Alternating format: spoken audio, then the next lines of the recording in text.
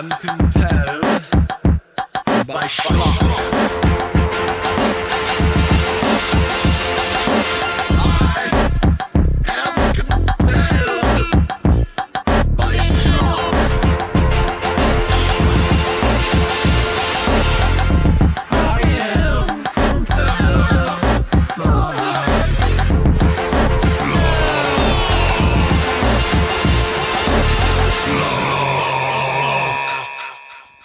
Schlocky New Year, everybody. I'm Darby Ellis, Lewis Wilson. This is Chris Anonymous, and we have a very schlocky movie for you that turns out it is very divisive.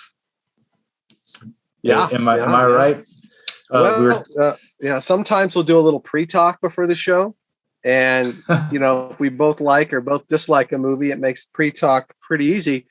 But Darby here said he hated this movie, and I told him that I loved this movie, and so we stopped talking to each other for days. Then we traveled back in time. We just we sat in silence. We unfriended each other. Yeah, it got really awkward, but it's all good. Well, I still love you. So, it sounds like you have a lot to say and about this movie, and I'm going to let you say. I'm going to let you just love on this movie, and then maybe take meticulous notes and just crap all over everything that you said.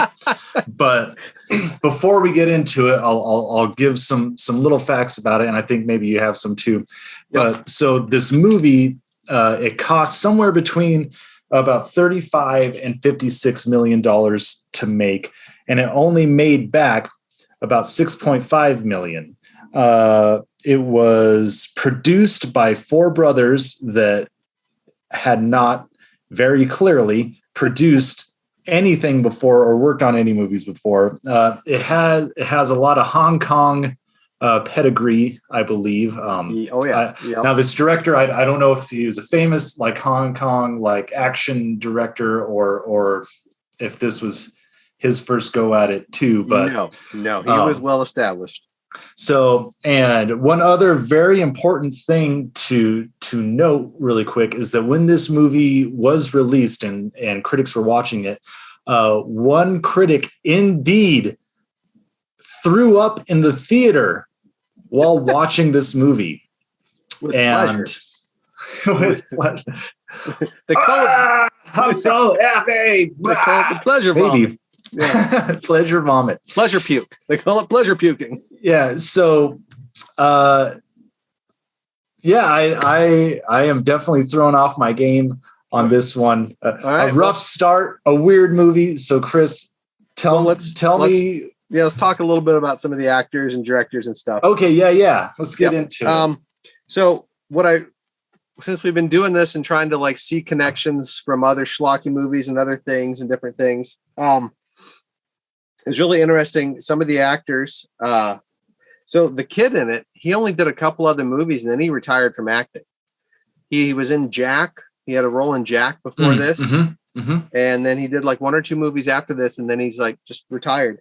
But good for him. It's hard to be a child actor. The Komodo, the main bad guy, Angus Macfadyen, he was in Braveheart. He had a role in Braveheart. He had a role in a cool movie called Titus. He was in Saw 3. He was in Saw 4. Wow. So, he's got a little schlock there. Chow Li Chi, who was the kind of the master of the Kangaroos. Right. He was Uncle Chu in Big Trouble in Little China. Oh, yeah. That's right. The cook, the martial artist cook in the beginning of the film, played by Dennis Dunn. He played Wang Chi in Big Trouble in Little China. And he also was in Prince of Darkness, which was fun. And then the betraying princess in this movie, played by Marley Sheldon. That's Wendy from Sandlot. It is. Yeah. That's right. I was trying to figure out who she is. Well, and then she went on. She's been in a lot of movies. Wendy Peppercorn. A role. Yeah, Wendy Peppercorn, man. She was in Never Been Kissed. Couple other rom-coms. Scream 4, Valentine. and then she was in Grindhouse, man. She was in Planet Terror and Death Proof. Oh, really? Okay. Yeah. So, she's one of the what is it? 3 girls in Death Proof? She plays the doctor. Oh, okay. So she's not one of the 4 main girls. Okay. And then one of the kangaroos was Doug Jones, man. Yes, which is a big disappointment for me in this movie because I love Doug Jones, and I looked it up prior, and he was amazing. And Doug, I'm glad you didn't have any lines. I think that was probably for the best. Now, I only had like one line. Now the worst thing. I'm getting into the bad just a smidge, but we'll get back to the bad. I mean, I love this movie, but it's not a perfect movie. But one of the weakest things in the movie is the writing and the script, amongst other things. Yes. Yeah, but so the writers really haven't done a whole lot. They don't have a lot to the name. One of the writers, Michael Vickerman, did a direct-to-video sequel to this movie, though, which is interesting because if it only made, $6 million of its, budget and everything else back, but it was still enough to get a direct-to-video sequel. Someone is the sequel? Did it only cost $6 million to make? Right? Yeah, so it's hard to say, but I haven't seen it. I will say I would be willing to watch the sequel. There is like a part of me that says the sequel could be better. They may have learned some lessons. And now where it gets good is the director, the cinematographer, the editor. So the cinematographer did John Woo's The Killer, which is one of the greatest movies of all time. It is just amazing. He also did Bride with White Hair, which is the movie that Ronnie Yu, who directed this, was famous for, which is just an amazing film. So awesome. Then he went on, he did Bride of Chucky, which was a follow-up that Ronnie Yu did to this movie. Mm-hmm. So Ronnie Yu, actually, he didn't start off with kind of horror schlock, but he got into it because after this, he did Bride of Chucky. He did Formula 51, which isn't horror, but it's so schlocky. He did Freddy versus Jason. Yeah, I saw that. But I love Freddy versus Jason. Yeah. I do love that. Back to the cinematographer, Peter Powell. He did Crouching Tiger, Hidden Dragon. That's the cinematographer. Yeah. Okay. And another for the cinematographer, he also did Dracula 2000, which I believe we've talked about before. Yeah, I got a soft spot for that movie. He did Shoot 'Em Up, which is for a mainstream action film. It's pretty schlocky. I enjoyed Shoot 'Em Up. Yeah. So I mean, lots of, and the editor did. I'm trying to think. A horrible job. No. Oh, he did not. He did great. I'm trying to think of the movie. I had it written here. Hard Boiled, which is another amazing John Woo film. He also did Bride with White Hair. So they come from the kind of Hong Kong wuxia pedigree of just really cool, fun movies. And that is definitely my favorite thing going on. So, that's interesting that you bring up that there is that connection, the cinematography connection to Crouching Tiger, Hidden Dragon, because I was looking at this and I was like, I'm going to give you a spoiler for my schlock list, because that was one of the things that like, I think this is good, but I can't quite say it's good because I was trying to figure out like when they're like running across the water and they're like barely touching it. I'm like, okay, so this came before. Was this a thing that had already been established in Chinese cinema, or were they establishing it? No, well, they didn't establish it with this movie, but they were some of the people who were establishing it in the 80s and early 90s, and it was before that too. But like some of the really great ones are like late 80s and early 90s. Wuxia is the genre, and I mean, Ronnie Yu did Bride with White Hair, which is just one of the coolest. I mean, it's so amazing. But it's this style. It's that Okay. the running across the water and the almost flying when you're sword fighting, and it's the all the falling leaves during the falling combat. leaves. Yep. Okay. The step printing and the undercranking and all that crazy visual tricks that I just love. So that's my good. So I'll start with some small good for the budget and for the time, for what they were trying to do. I liked the sets and the set designs. Now they were a little derivative, but I still liked them. I thought they did a good job with the makeup and costumes. Like I really liked the rhino guy and the water buffalo guy, and it felt like a 80s fantasy kind of Willow-ish, where it's just this world where you're in with these characters. But the number one good thing is the directing. And with that, the editing and the cinematography. I love all the fight sequences. I love the step printing and that weird, like blurry slow-mo type thing, and the flying and the running across the water and the crazy fights. Only it's crazy like wuxia fights with people in kangaroo costumes. That is amazing. That forgives so much. So I mean, we've been doing a lot of good and bad the last few episodes, so I'm going to stop with my good there, and I'm going to move everything else I like to schlock. So, do you want me to start bad and then you jump in? I mean, I've been kind of hogging it here, but I have a good. I have a good. You mentioned it already. I did like the set design and costume design, and I agree. I really do think the like the water buffalo guy, whatever they were called, beefaloes or beastalos, right, or whatever nonsense. I thought he looked good, in the rhino guy. I thought that they looked good. But if we're gonna move into bad, I'd like to say I thought these Roos were ugly. So that is a big problem that I have with this movie.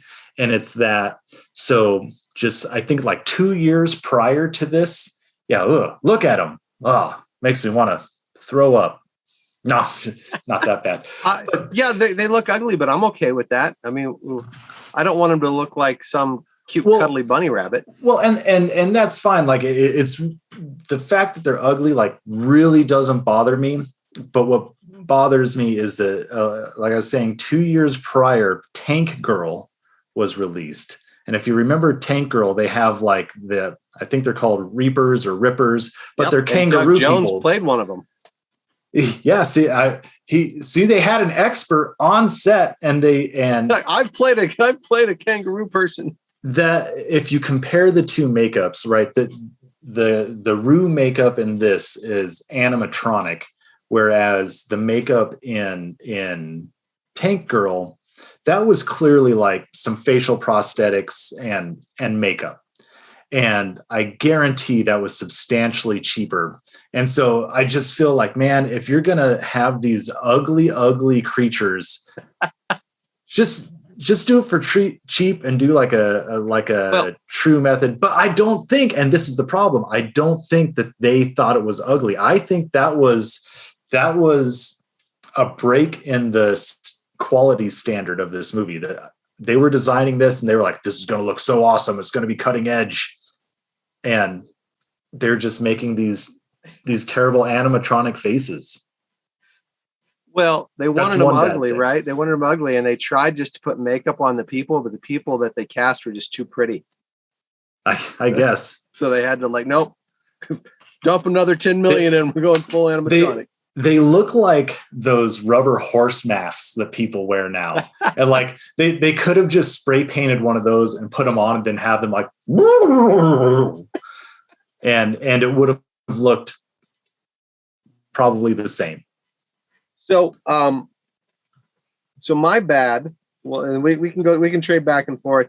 It's the story and the script, especially before he gets in there. And it was after. A mess. It was a mess. Yeah. Before he gets into the world of Tao, it's like we're in 3 or 4 different movies. And you don't know how any of them are really connected. Like you go from like the single mom vibe, although dad's just away on business or something. But yeah, he had a dad. Yeah. And then for some reason he's allowed to hang out in the back of this cool Chinese restaurant with this guy who for some reason lives above the kitchen, but clearly he has bosses who tell him to cook. And I think it's like his name on the restaurant. And it's also, I mean, that's also really weird to have that little set piece of him like doing the kung fu cooking, which I thoroughly enjoyed. Like that is so schlocky. I enjoyed that too, and I think I would have rather watched an hour and a half of that. and so you have no idea what their relationship is. Also, you have no idea why he gives him the book. Then there's the whole football thing, and then half the time, like you don't see his leg right away, so you don't know that he's. I didn't put that together at all until he was in Tao, and I was like, what's the big deal with him running? And I like asked my girlfriend, she's like, oh, his leg's messed up. I had no idea. I thought his problem. No, I just put it on double time and just like watched it and fast forward. No, I honestly thought his thing was just that he's small, that he's not as big as the jock kid. Another thing that was interesting was kind of a product of the time, I feel, but like it doesn't age well, of that like 90s Brat. Like he's just the main kid? The main kid. He's just got this kind of annoying vibe that it's just in the writing, and you see it in a lot of 90s movies that it was like this kid trying to be cool, but now like because the 90s felt like the main thing you had to be was cool, right? And like and like it works in Terminator 2. Like you get the vibe that Edward Long is cool, like, and you get that he's cool within the framework of that movie, where it just felt like this kid was just an annoying little brat. Well, I was going to save this for Schlock, but I'll bring it up now. I think the biggest missed opportunity in this movie was his friend, the main kid's friend. I forget what his name is. Yeah. Tricky. That was my favorite character in the whole thing. Like, let's make like Tom and Cruise. Like he just had so many great lines. I feel like he delivered them well. He did do that brat kid thing, but to me it wasn't annoying. And And another big problem I had in this movie is that like all of the things that happen to our main character outside of Tao don't really like affect what's going on in Tao, because like, what is this place? Is it like his subconscious, or like, I was waiting to see what happens to him when he comes out of it. Right. Is he drowning? Did he die? No, it like warps happens him back in time. Yeah. Which is bizarre.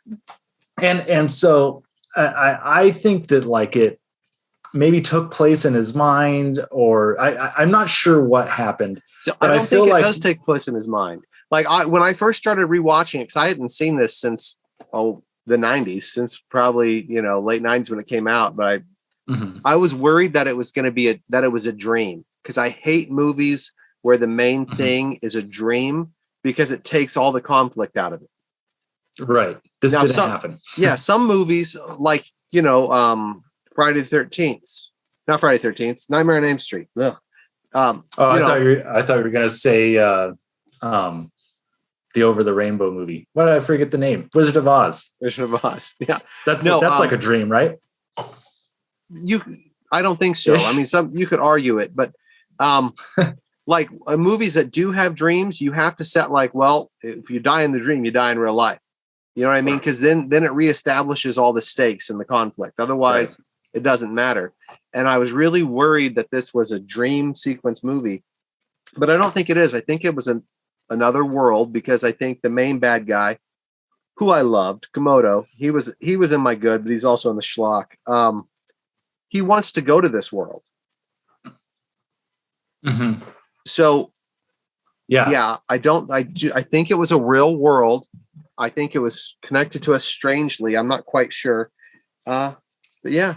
Yeah, no, I'll agree with you. I think so. But if that's the case, yeah, that whole intro, they just needed to set it up completely different, because the struggles that the kid's going through, it seems that like he's going to go through these same struggles in this other world.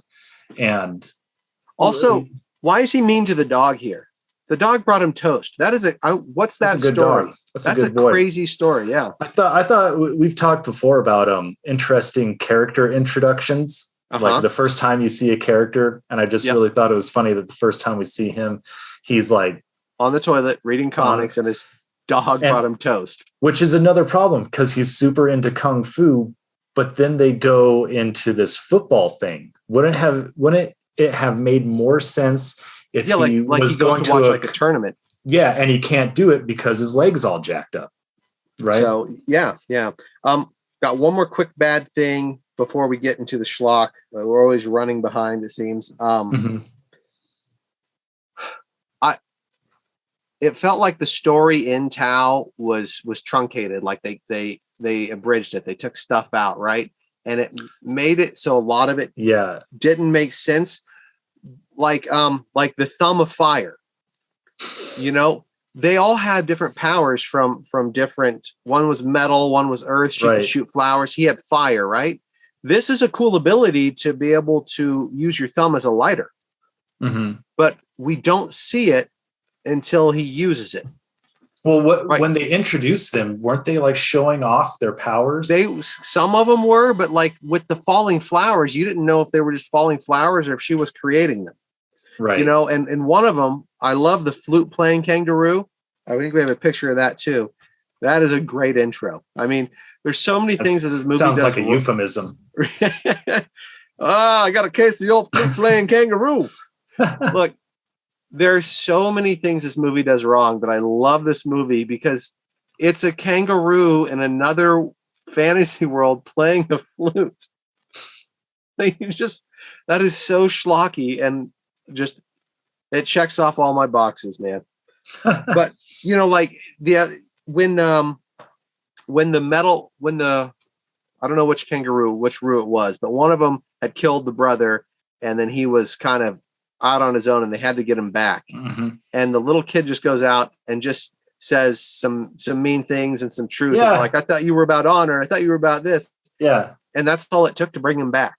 Yeah. Like, that should have been this whole little quest of like, how do you get him back? Can you do it? Like, it felt like he just went out, he did it. Oh, the reality of the movie is that there's like a lot of cool stuff going on around the movie, but not in the movie. Like, yeah, it feels like a lot was like the script might have had a lot more cool things in it. Just story questions that like just left unanswered, or you find out about them until they happen. Like, there's no setup, and like it's this weird thing that it makes you feel like you're still an outsider in this world. Like, a lot of fantasy movies draw you in and let you see the connections and see the small little details, right? Mm-hmm. And it makes you feel like you're part of that world, and then you're invested and you feel something. And this one purposely takes that information and doesn't give it to you, or gives it to you right when it happens. Like, oh, the wellspring is saved. Like, there's no setup to all the things that are supposed to be important to this world. Whatever that was all about. So you feel like an outsider. Yeah. So schlock, what do you got? Well, so transitioning from bad into schlock, well, I'm going to keep harping on the kangaroo characters. This is pretty schlocky, and I also hated it. The post-production of this was terrible. And they clearly have to have the actors come back in and do voices, or hire new actors to come in. It was do different. Voices. It was different actors for the voices. One sounded like Ron Perlman, and the others sounded like Grover. That's how kangaroos sound. Have you heard kangaroos in real life? That's what I thought they sounded Australian. Crikey! Oh, that would have been awesome. Yeah. Someone should do like a redub. So something schlocky for me is the Purple Prince. And he was hands down my favorite character. Angus played him so well, and I couldn't tell. Oh, it was so bizarre in his choices, and like I loved how they got off the fact that he was crazy and just disturbed, and like, he's killing people, he's yelling at people, he's hurting people, and then he draws his general back and he's like, "General, does purple suit me?" Because he's just decked out in purple, and it's just like, oh, that is so quotable. It was just his delivery, everything about it. I loved his performance, and it was so schlocky. Yeah, we're just gonna have to agree to disagree on this movie. Like, I couldn't tell if he was just overacting. So I have the stuff that I have seen him in, I can't remember. Right, I don't remember him in Braveheart, but I can't tell, like, was he overacting? Was he acting poorly? Or was he like working with what he was given and actually like acting like really well? I just could not peg down that performance. He was camping it up like he was supposed to. It was the best performance. Yeah, I just couldn't stand the manic nature, like not even manic, right? Manic's okay. That's a good villain. But the goofiness. And I love this goofiness. While I was watching it, I was thinking of Harry Potter, of like the Harry Potter. That's a movie made for kids around the same age range, the first one.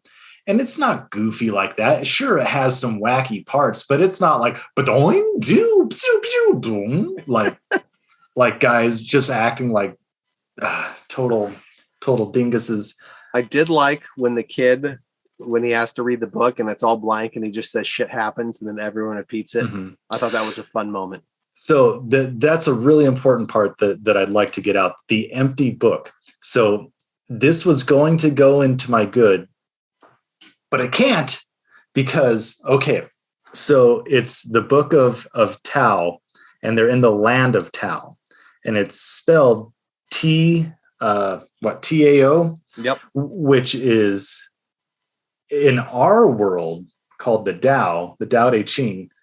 And so some of the criticisms that I have seen about this movie is that they pronounced the word Tao wrong. And for me watching the movie, I was like, well, no, they might actually be pronouncing it correctly for what they're talking about in the movie, right? Like they're not in the world of Tao, they're in the world of Tao, different thing. Right. But when he opens up the book and it's blank inside, had they honored the Tao, I think that would have been a really interesting thing, because I think like one of the first lines in the Tao Te Ching is something along the lines of like the true Tao like can't be written down. Like, so the true thing that you're seeing can't be written. So if they were actually talking about the Tao Te Ching and the book is blank, and so it gives this idea that that this is the true Tao because it's in this book and it's unwritten. Like, I think that would have been like a brilliant concept. But then when it's written, when it comes out written in the end, it blows that away for you. Yeah, well, and the fact that the place is called Tao, so they're not talking about the Tao Te Ching. They're talking about a kangaroo world, or the life spring, or whatever the hell they're doing in this movie. So the last photo I had saved, come out and play. So this is the line that puts it into schlock positive for me. Have you seen The Warriors? I haven't, but okay. I know the line. Everyone knows the line, I think. Yeah. What a bizarre thing to put in your movie.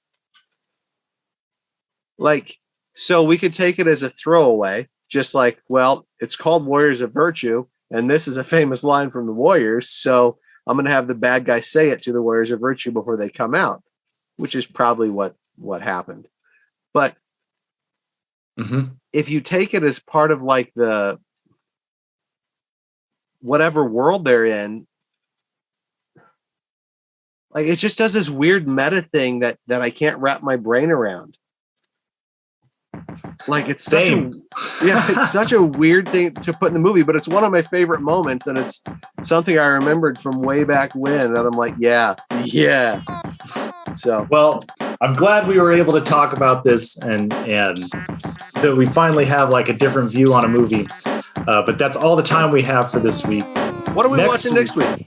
Next week is a movie I haven't seen before, so I don't know what we're in for, but it's called Bloody New Year because it's the new year.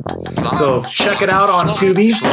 I am Darby Ellis Lewis Wilson. This is Chris Anonymous. We've been compelled by Schlock, and we will see you next week. Peace out, guys. Schlock. Schlocky, schlock. Schlock. I am compelled by Schlock. Compelled by Schlock. Compelled by Schlock. Wait, no.